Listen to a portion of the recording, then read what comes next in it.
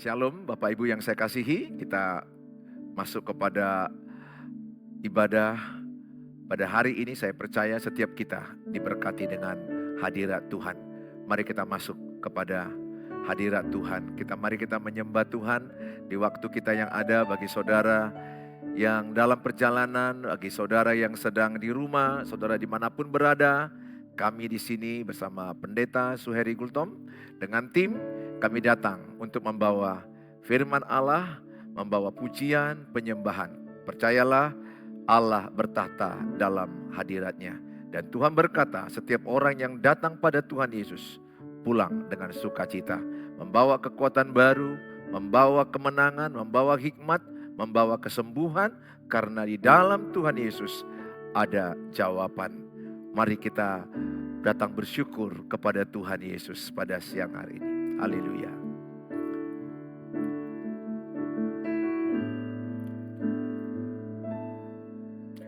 Ku bersyukur buat kasih-Mu menyelamatkan hidupku.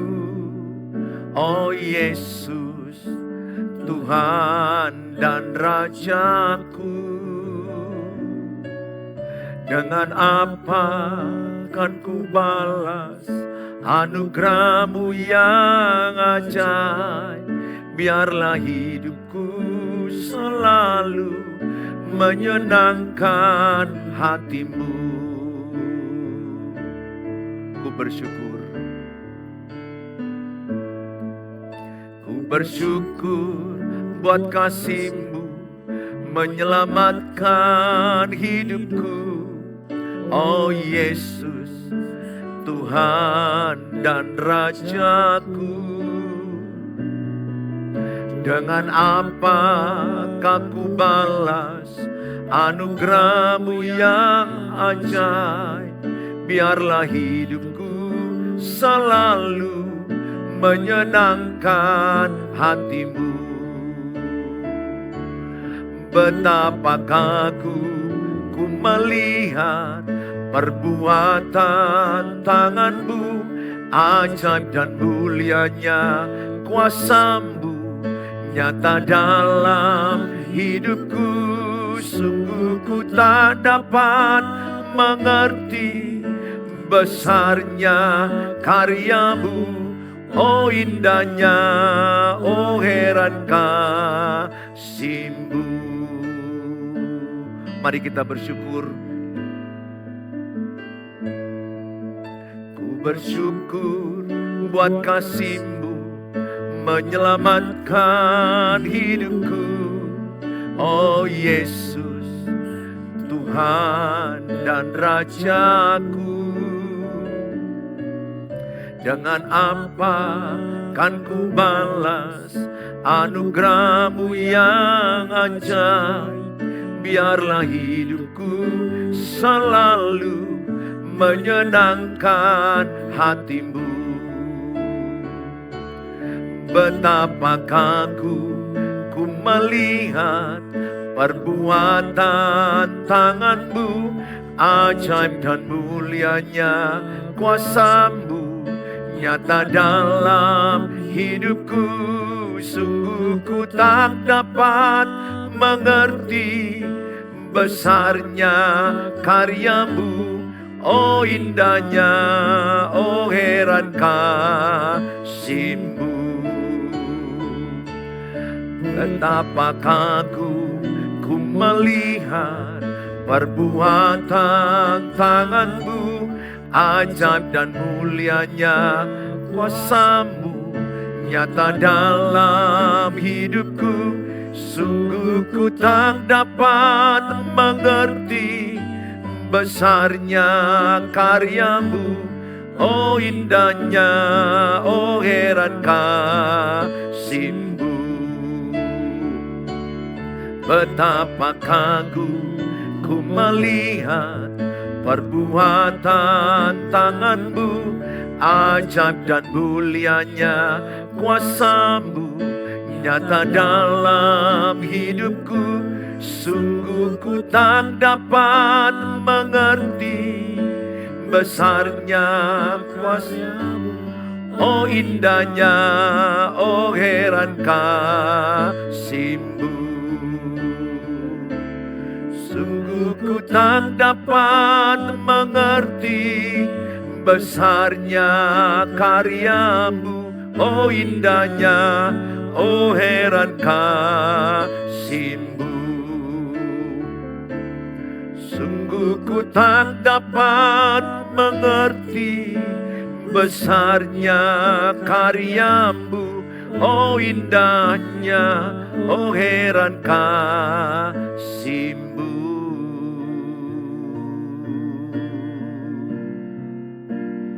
Mari kita datang kepada Tuhan. Mari kita terhubung dengan Tuhan. Percayalah Tuhan ada di tempat ini. Ada menjamah, memberkati saudara. Mari kita terhubung kepada Tuhan. Kasih-Nya melayakkan seluruh hidup kita. Siapapun kita orang berdosa. Siapapun kita orang yang gagal, orang yang salah, orang yang bodoh, orang yang banyak dosa. Tuhan berkata, aku datang mencari orang yang berdosa. Aku datang mencari orang yang bersalah. Dan semua kita sudah berdosa. Jadi Tuhan datang untuk kita orang yang berdosa. Kita semuanya dikasihi Tuhan. Mari kita katakan, kasih-Mu layakkan seluruh hidupku.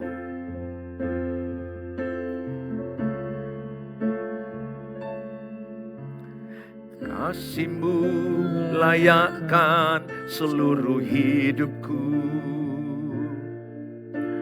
Mampukan ku melakukan yang Kau inginkan. Tak bisa ku terlepas, Kau menggenggam tanganku. Ingin lebih mengenal pribadi-Mu. Ku terhubung dengan-Mu, selalu melekat, selalu melekat di hati-Mu. Firman-Mu itulah dasar hidupku, yang berdaulat atasku. Kasih Yesus layakkan kita. Kasih-Mu layakkan seluruh hidupku. Mampukan ku melakukan yang Kau inginkan. Tak bisa ku terlepas, Kau menggenggam tanganku. Ingin lebih mengenal pribadi-Mu. Terhubung dengan-Mu, selalu melekat di hati-Mu. Firman-Mu itulah dasar hidupku, yang berdaulat atasku. Hubung dengan-Mu, selalu melekat di hati-Mu. Firman-Mu itulah dasar hidupku, yang berdaulat atasku. Terhubung dengan-Mu, selalu melekat di hati-Mu. Firman-Mu itulah dasar hidupku, yang berdaulat atasku. Firman-Mu itulah dasar hidupku, yang berdaulat atasku. Firman-Mu itulah dasar hidupku, yang berdaulat atasku.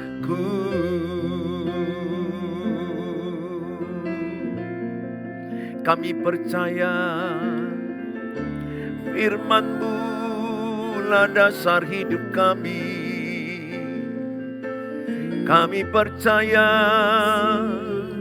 kasih-Mu yang sempurna. Kami percaya kasih-Mu yang sempurna. Kasih-Mu yang sempurna menerima kami apa adanya. Terima kasih Tuhan. Berkatilah anak-anak-Mu. Berkatilah yang menyaksikan. Turunlah mujizat-Mu. Turunlah kasih karunia-Mu. Kami percaya di hadirat-Mu ada ketenangan hidup. Di hadirat-Mu ada kedamaian. Di hadirat-Mu ada kekuatan. Di hadirat-Mu ada kemenangan. Di hadirat-Mu ada kemenangan. Kuatkanlah kami semua Tuhan. Kuatkanlah yang menyaksikan tayangan ini. Sembuhkanlah yang sakit. Mujizat-Mu masih ada dimanapun mereka berada, di rumah sakit atau di rumah. Hamba-Mu berdoa, mujizat kesembuhan milik kami, milik orang yang percaya padamu. Oleh bilur-bilur-Mu kami disembuhkan. Oleh kuasa-Mu kami disembuhkan. Terima kasih, terima kasih. Yang lemah dikuatkan, yang susah dihiburkan, yang putus asa diberikan semangat baru. Di dalam Yesus ada hikmat. Di dalam Yesus ada kekuatan. Di dalam Yesus ada kemenangan. Di dalam Yesus ada mujizat. Apa yang tidak bisa menjadi bisa. Tuhan tolong setiap anak-anak-Mu yang menyaksikan. Tuhan tolong setiap mereka yang melihat tayangan TikTok ini. Tuhan berkati Tuhan. Baik juga mereka yang ada di YouTube. Kami serahkan dalam tangan-Mu. Kuasa-Mu menjamah melawat setiap kami. Terima kasih Tuhan. Haleluya. Kami percaya Tuhan Engkau tetap setia. Sampai akhir hidup kami Engkau tetap setia. Percayalah Tuhan Yesus setia. Meskipun engkau jatuh dalam dosa, meskipun engkau hidup di dalam dosa, kasih Tuhan tetap setia kepadamu. Dan Tuhan mau kita tinggalkan dosa-dosa kita dan kita hidup bagi Tuhan di tahun 2025 ini. Hiduplah di bulan Januari ini, di tanggal 9 ini, ambil keputusan. Tinggalkan dosa, tinggalkan kesalahan, kita hidup kepada Tuhan Yesus. Karena Tuhan Yesus berkata, sampai akhir mata kita tertutup, Yesus setia kepada kita. Sampai akhir ku menutup mata, ku tetap setia menanti janji-Mu. Sampai ku dapatkan mahkota kehidupanku, ku tetap setia untuk melayani-Mu. Sampai akhir ku menutup mata, ku tetap setia menanti janji-Mu. Sampai ku dapatkan mahkota kehidupanku, ku tetap setia untuk melayani-Mu. Sampai akhir ku menutup mata, ku tetap setia menanti janjimu, sampai ku dapatkan mahkota kehidupanku. Ku tetap setia untuk melayanimu. Ku tetap setia untuk melayanimu. Ku tetap setia untuk melayanimu.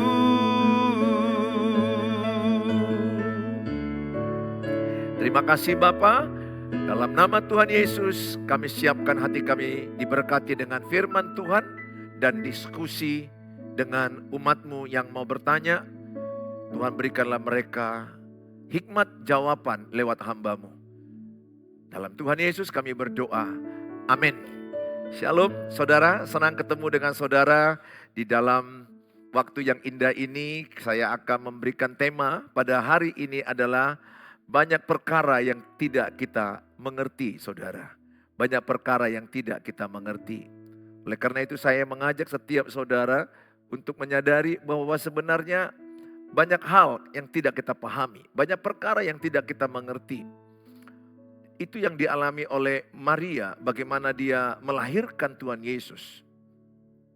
Dia tidak paham semuanya. Dia tidak mengerti semuanya. Saya akan bacakan dalam kitab Lukas 2 ya.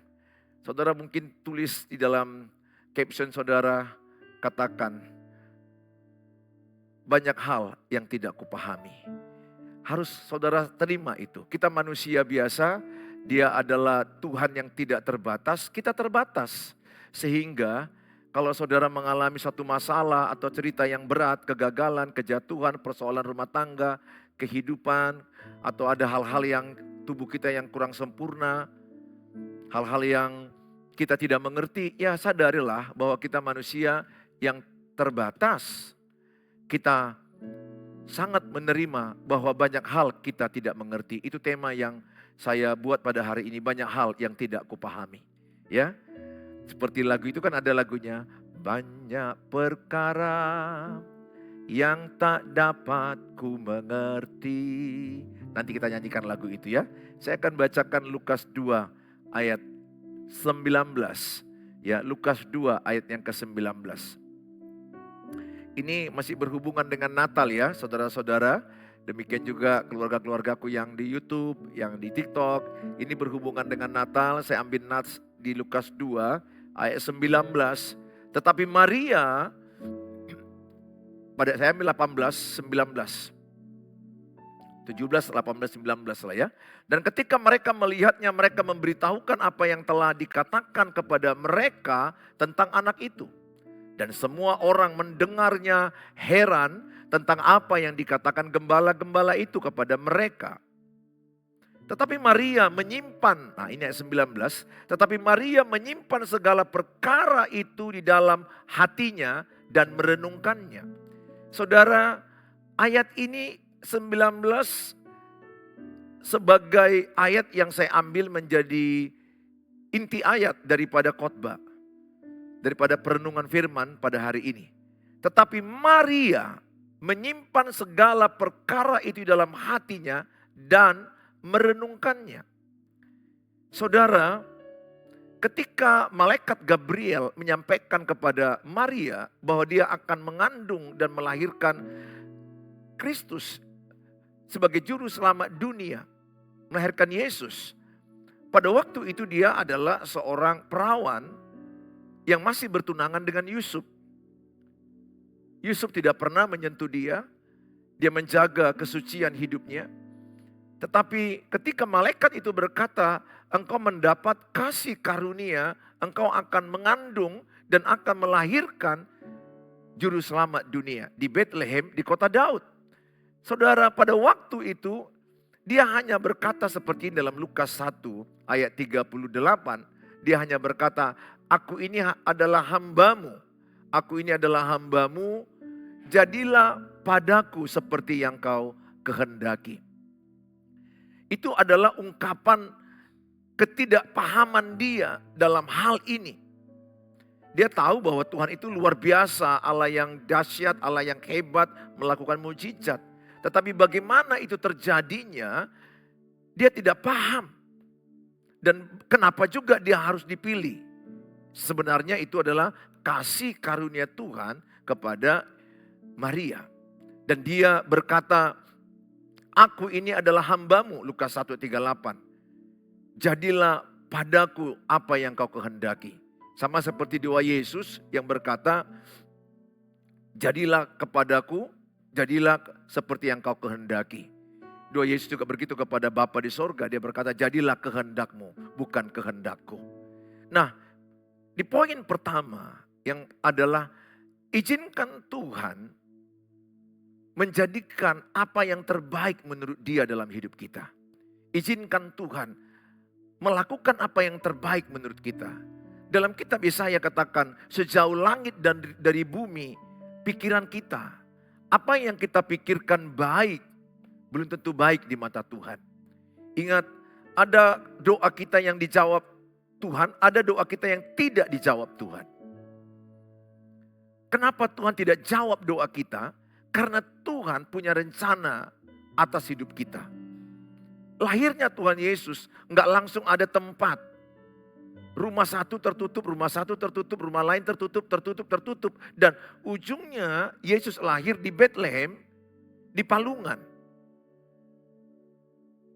Kan udah lain ceritanya kalau nanti rumah yang satu terbuka langsung, berarti Yesus gak lahir lagi dong di palungan. Gak lahir lagi di Bethlehem kandang domba. Tapi tujuan Tuhan supaya Yesus lahirnya adalah di palungan, di kandang domba, di Bethlehem kota Daud. Sehingga pintu satu tertutup, pintu dua tertutup, pintu tiga tertutup. Lihat, perhatikan, ada kalanya doamu sedang saudara minta setahun, 2 tahun, tapi Tuhan tidak berikan.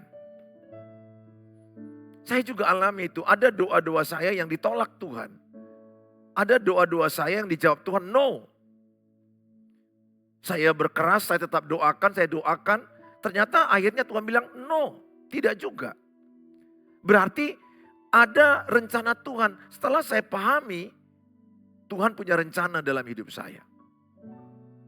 Pada suatu waktu karena ada masalah dalam hidup kami, hidup keuangan kami, kesusahan hidup dan hal-hal persoalan dalam keluarga, kami memutuskan waktu itu mau pindah ke Jawa.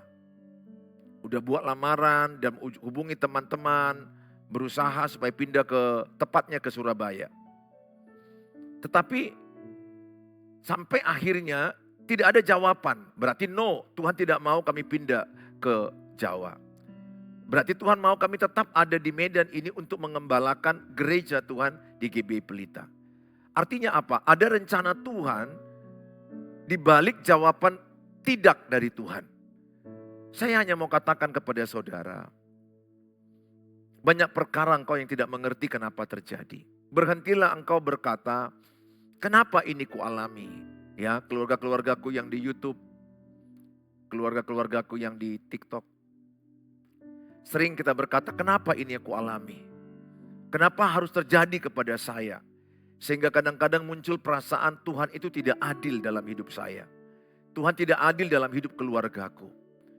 Kemudian ada juga berkata, kenapa doaku sudah 2 tahun, 3 tahun, 5 tahun, 10 tahun tapi tidak dijawab. Semalam seorang ibu muda yang baru menikah. Mungkin ada menonton saya tapi saya tidak pernah sebutkan nama. Dia baru menikah di setahun yang lalu. Baru setahun yang lalu dia menikah. Ternyata dia menikah dan suaminya adalah seorang yang mengalami gangguan jiwa skizofrenia. Dia tidak tahu sehingga ketika sudah berlangsung pernikahan, dia melihat suaminya terus makan obat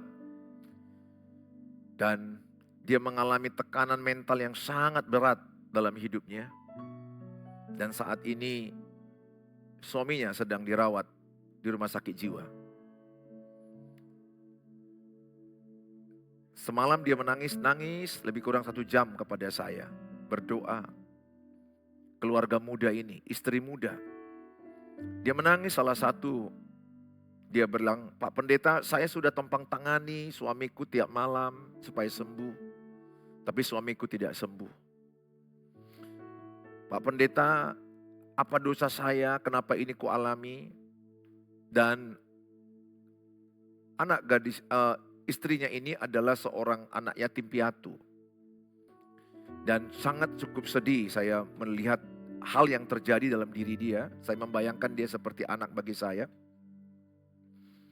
Dan satu hal yang dia tanyakan, kenapa ini terjadi pada saya? Dan kenapa aku doakan belum dijawab Tuhan? Aku udah berusaha. Dan sampai akhirnya sekarang ini mereka berpisah oleh karena situasi. Suaminya sedang dalam perawatan. Saudara yang saya kasihi. Ini sama dengan murid-murid Yesus bertanya kepada Yesus. Kenapa ada orang lahir buta? Kenapa ada orang lahir cacat? Tapi Tuhan menjawab supaya nama Tuhan dipermuliakan. Ternyata di balik penderitaan, kecacatan, kekurangan dalam tubuh seseorang, ada rencana Tuhan untuk kemuliaan bagi nama Tuhan. Makanya kalau saudara lihat ada orang misalnya tunanetra, tapi dia begitu peka dengan yang lain, memiliki keterampilan-keterampilan yang lain. Ada orang kekurangan bagian tangan, bagian kaki, dia bisa hebat di bagian lain. Sehingga nama Tuhan dipermuliakan, ternyata di balik segala kekurangan dia, ada rencana Tuhan yang indah, yang positif. Saya hanya mau katakan kepada saudara-saudaraku, keluarga-keluargaku yang ada di YouTube, baik di TikTok, dimanapun engkau berada. Mungkin engkau berkata, kenapa terjadi perceraian dalam rumah tanggaku? Terjadi yang namanya perselingkuhan lah katakan dulu. Ya tentu jelas jawabnya, Yesus tidak menginginkan terjadinya perselingkuhan. Yesus tidak menginginkan terjadinya perceraian. Tetapi saya mau katakan sama saudara, sekali lagi, izinkan Tuhan membentuk saudara lewat penderitaan hidup. Seperti apa yang dialami oleh Yusuf. Yusuf kan mengalami 13 tahun yang namanya penderitaan. Bagi kita penderitaan, tapi mungkin Yusuf dalam penjara itu, dia bersuka cita dan semangat mengerjakan tugasnya. Bukan mungkin, saya baca di Alkitab, dia memberikan yang terbaik sampai seisi penjara itu. Melihat dia bekerja dengan excellent dan mengangkat dia menjadi kepala di antara mereka. Saudara, Yusuf mengalami hal yang buruk. Kalau kita lihat dia dijual, abang-abangnya iri, abang-abangnya menjual dia. Sebelumnya dia dimasukkan ke sumur, kemudian dijual dan kemudian dia dipitnah, kemudian dia masuk dalam penjara. Saudara lihat dalam proses itu, dia melakukan dengan menerima kenyataan itu. Berdamai dengan rasa sakit yang dialami dia. Dan dia melewatinya 13 tahun. Dan lihat hasil akhirnya, bahwa dia menjadi orang yang hebat. Kejadian 50 ayat 20 bilang begini. Ada orang yang mereka-reka yang jahat, yang buruk kepada dia. Tapi Tuhan mereka yang baik kepada dia. 1000 tangan ingin menjatuhkan engkau. Tapi ada 1 tangan Tuhan yang ingin mengangkat engkau tinggi. Oleh karena itu saya katakan, percayalah bahwa di balik penderitaanmu ada rencana Tuhan. Apapun persoalanmu, apapun masalahmu yang tidak kau pahami. Saudara, sebaiknya memang kita gak perlu paham semua. Kalau seandainya saya mengerti semua, saya menjadi orang yang maha tahu, artinya aku tahu kapan mati aku tahu kapan mati istriku, aku tahu kapan mati anakku, ternyata aku tahu duluan mati anakku. Kan itu akan menjadi stres bagi saya. Gak perlu aku tahu, gak perlu aku menjadi maha tahu. Siapapun manusia tetap akan berkata, tomorrow is mystery. Today is gift. Hadiah, kasih karunia Tuhan, nikmati. Tomorrow mystery. Jadi jujur, yesterday is memory, kenangan. Jadi jujur banyak hal yang kita nggak pahami. Oleh karena itu keluarga-keluargaku yang ada di YouTube, yang di TikTok, aku tahu dan sangat sadar perjuangan banyak istri-istri sangat banyak menderita. Engkau menikah dengan suami yang sulit. Bagaimana mendampingi suami yang sulit ada di YouTube saya. Bagaimana mendampingi istri yang sulit. Ada banyak orang, ada banyak istri yang stres, depresi, frustrasi mendampingi suaminya. Yang saya layani langsung bukan lagi 1 atau 10, ratusan orang. Ratusan orang yang sudah saya layani, yang saya konseling. Sampai istrinya itu stres, depresi, frustrasi. Bahkan ada yang berkata lebih baik aku mati bunuh diri. Lebih baik aku mengakhiri hidup karena terlalu berat tekanan. Keluargaku yang ada dimanapun engkau berada menyaksikan ini. Pesanku sama saudara, jangan putus asa. Percaya Roma 8 ayat 28, Allah turut bekerja dalam segala perkara mendatangkan kebaikan. Percaya ada kebaikan Tuhan di balik masalah. Allah ku tahu sekarang, artinya apa? Terjadi dulu sekian waktu penderitaan. Allah turut bekerja, artinya apa? Allah bekerja dan kita bekerja. Artinya apa? Hadapi dan jalanilah kesusahanmu. Hadapi dan jalanilah lembah kekelamanmu. Hadapi dan jalanilah ketidaktahuanmu.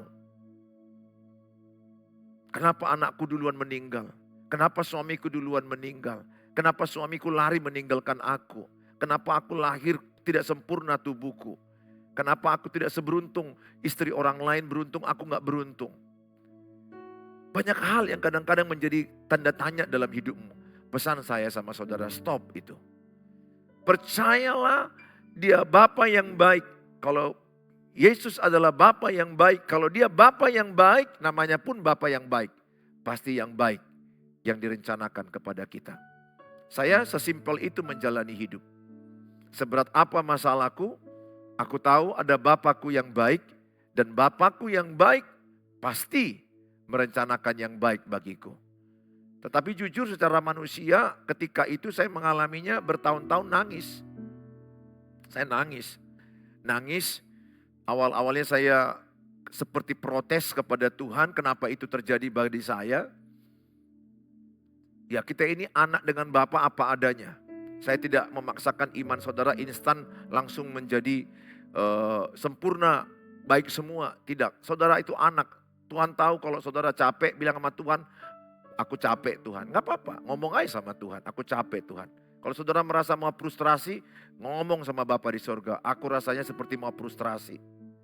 Apa adanya, aku sepertinya udah buntu jalan keluarnya ini, gak ada lagi solusinya. Apapun perasaanmu sampaikan aja, dia Bapa. Anak-anakku begitu ke saya. Apa adanya mereka sampaikan, kegagalan, kejatuhan, kehancuran, ku terima, ku dengar. Tapi aku tidak biarkan dia dalam kejatuhan itu. Tidak kubiarkan dia dalam kegagalan. Aku sebagai Bapa di dunia ini akan mengangkat anak-anakku untuk bangkit. Demikian ketika kita datang kepada Tuhan, kita letih, kita lesu, kita berbeban berat. Itu yang dialami oleh Hana ketika diejek oleh madunya Penina. Karena dia belum punya anak. Jadi ejek, dibully. Tapi apa yang dibuat Hana, dia datang ke rumah Tuhan. Dia menangis. Dia cerita sebagaimana pribadinya. Saya begitu. Ketika aku mengalami tekanan kesusahan, aku ngomong aja sama Tuhan. Aku sepertinya sudah stres Tuhan. Aku sepertinya seperti frustrasi. Tolong aku Tuhan, aku hampir gila. Aku pernah ngomong gitu. Jadi aku ini anak dan dia Bapa. Dia paham bahwa kita terbatas. Tetapi ketika kita berdoa, Bapa di sorga tampung semua air matamu itu. Semua air matamu ditampung Tuhan. Mazmur 56 katakan, ayat 89 dikatakan bahwa air mata kita ditampung di kirbatnya. Mazmur 126 ayat 5 dikatakan orang yang menabur dengan air mata akan menuai dengan sorak-sorai. Tuhan yang membuat ada air mata. Tuhan yang membuat air mata. Air mata itu ingat ya, itu bahasa. Bahasa kesedihan, bahasa penderitaan. Ada juga itu air mata karena kegirangan, Dia bersuka cita karena udah menderita sekian lama, tiba-tiba terjawab doanya, dia bisa meneteskan air mata. Di balik penderitaan ada rencana Tuhan. Pesan saya sama saudara, makanya kan Tuhan mengundang Matius 11 ayat 28. Marilah kepadaku yang letih, yang lesu, berbeban berat. Aku akan berikan kelegaan kepadamu. Percaya saya katakan, kalau saudara datang kepada seseorang, ya ibu-ibu yang saya kasihi. Kalau ibu menceritakan masalah keluargamu kepada ibu-ibu yang lain, percayalah, ibu itu belum tentu bisa jaga rahasia. Ibu itu akan berpotensi menceritakan masalah rumah tanggamu ke orang lain. Kalau saudara menceritakan ke saya akan jaga rahasia. Karena saya konselor, saya punya etika, tidak akan menceritakan itu. Paling pun menyaksikan seperti ini tapi tidak menyebut nama dan tempat. Supaya orang tahu bahwa ada masalah begitu banyak. Sehingga saya mau katakan sama saudara, jangan ceritakan kepada orang-orang lain masalahmu. Ingat ya, orang itu, sebagian orang lebih cenderung kehancuranmu. Sebagian orang lebih cenderung kegagalanmu, kejatuhanmu, dosamu, dan mereka menantikan kejatuhanmu. Jadi ketika ibu menceritakan kejatuhan, kehancuran, belum tentu dia empati atau menolongmu. Itu manusia.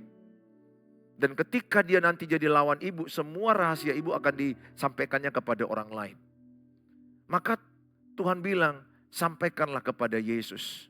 Seperti lagu, sampaikanlah kepada Tuhan Yesus. Dalam Ayub 5 ayat 8 sampai 9. Ayub 5, tetapi aku akan mencari Allah. Dan kepada Allah aku akan mengadukan perkaraku.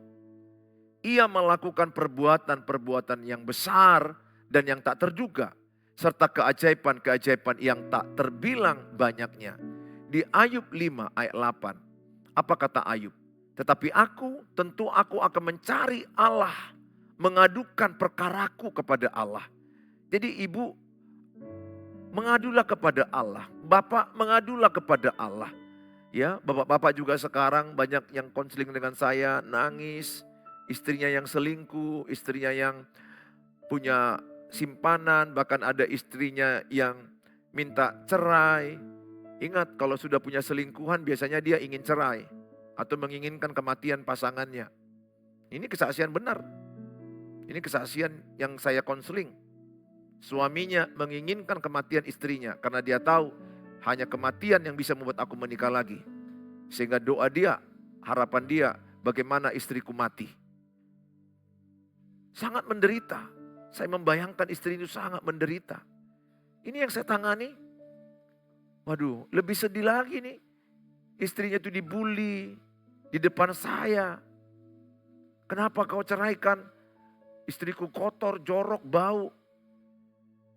Emangnya gak pacaran? Emangnya gak kenalan? Saudara, ternyata ada suami loh yang menceraikan istrinya karena kotor dan bau. Ya, hati-hati kan anak gadis. Jangan kotor dan bau. Nah itu kisah nyata, saya sedih.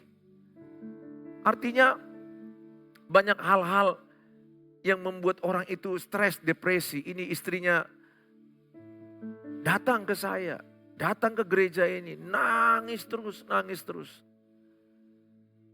Yang namanya seorang suami kalau sudah mulai gak suka, ada alasan. Dan terlebih kalau sudah ada orang ketiga, kalau sudah ada selingkuhan, ada alasan. Dia tahu ayat juga bahwa hanya kematian. Jadi doanya mengharapkan kematian. Makanya kalau suamimu selingkuh, ibu jangan cepat mati. Karena itu doa suami yang selingkuh. Doa suami yang selingkuh adalah istrinya cepat mati.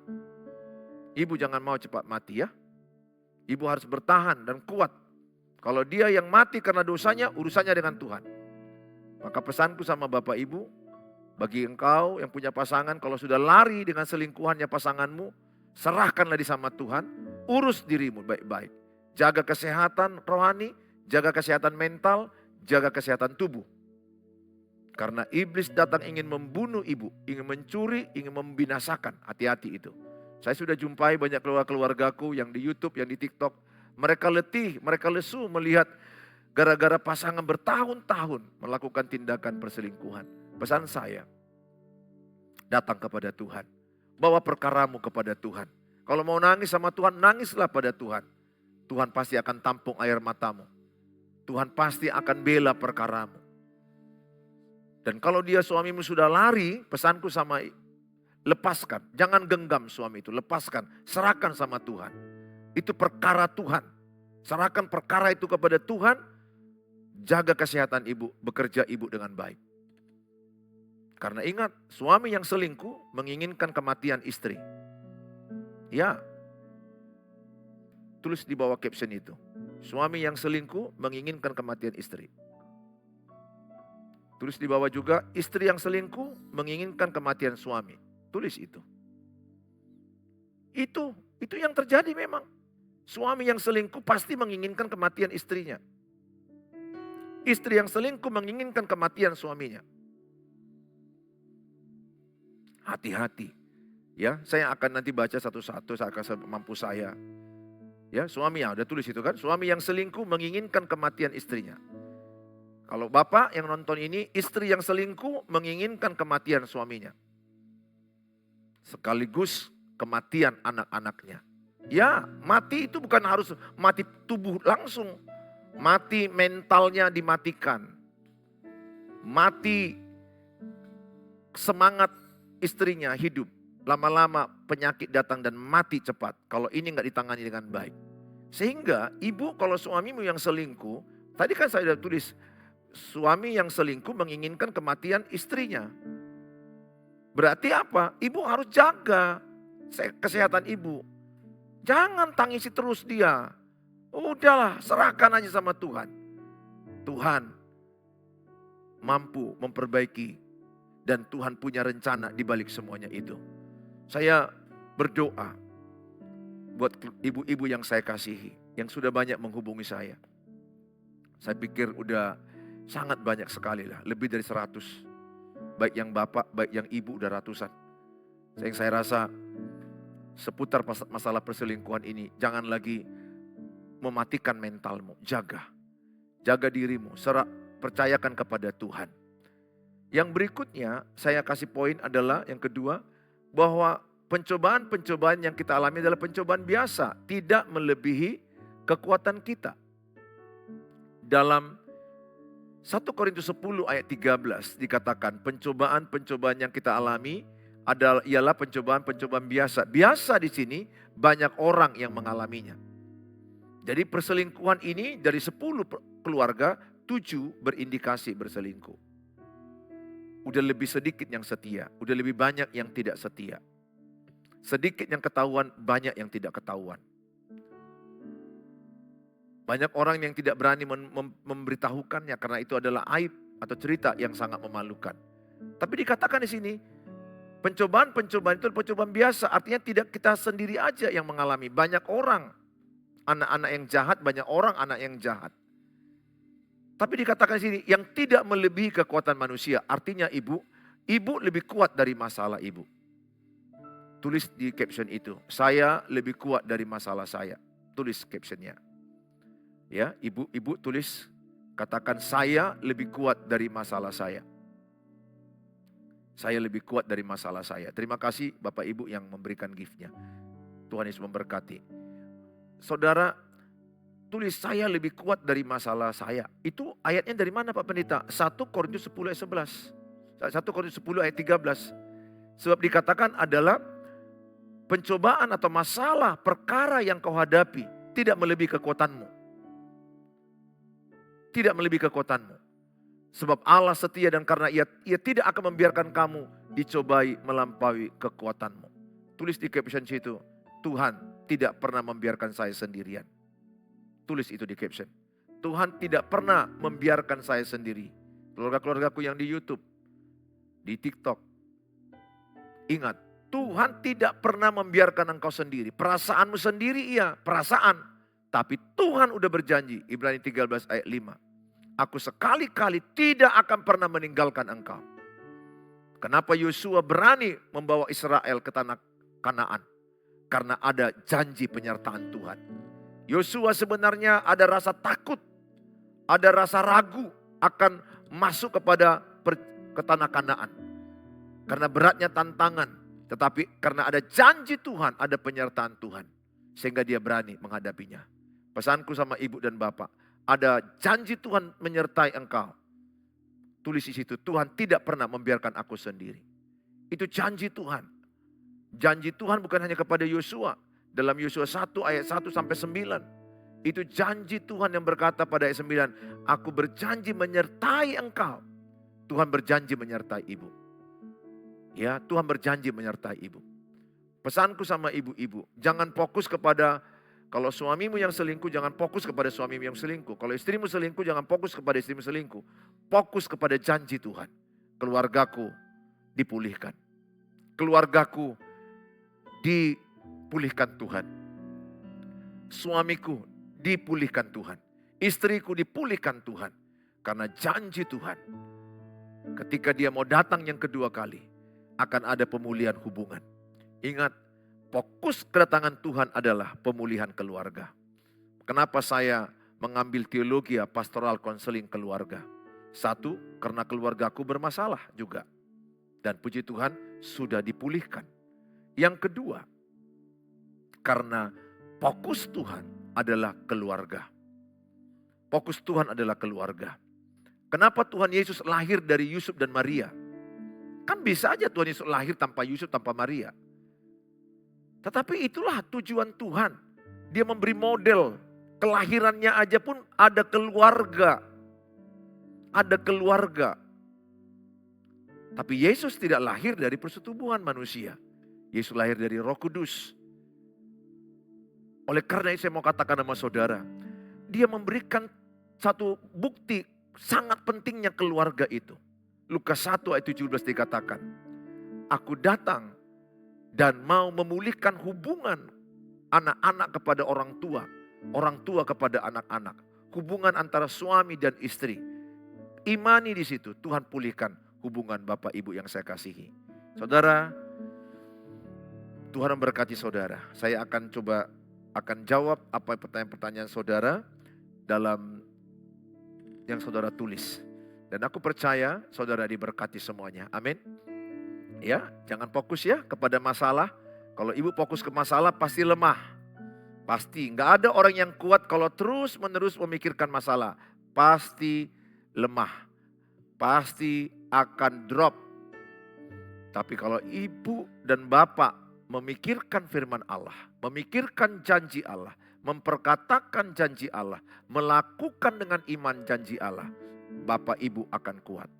Matius 6 ayat 34 dikatakan, jalanilah hidup ini sehari demi sehari. Ya, beberapa keluargaku berkata, aku gak tahu lagi Pak yang mau kulakukan. Saya hanya katakan, dengar suara Roh Kudus yang di hatimu.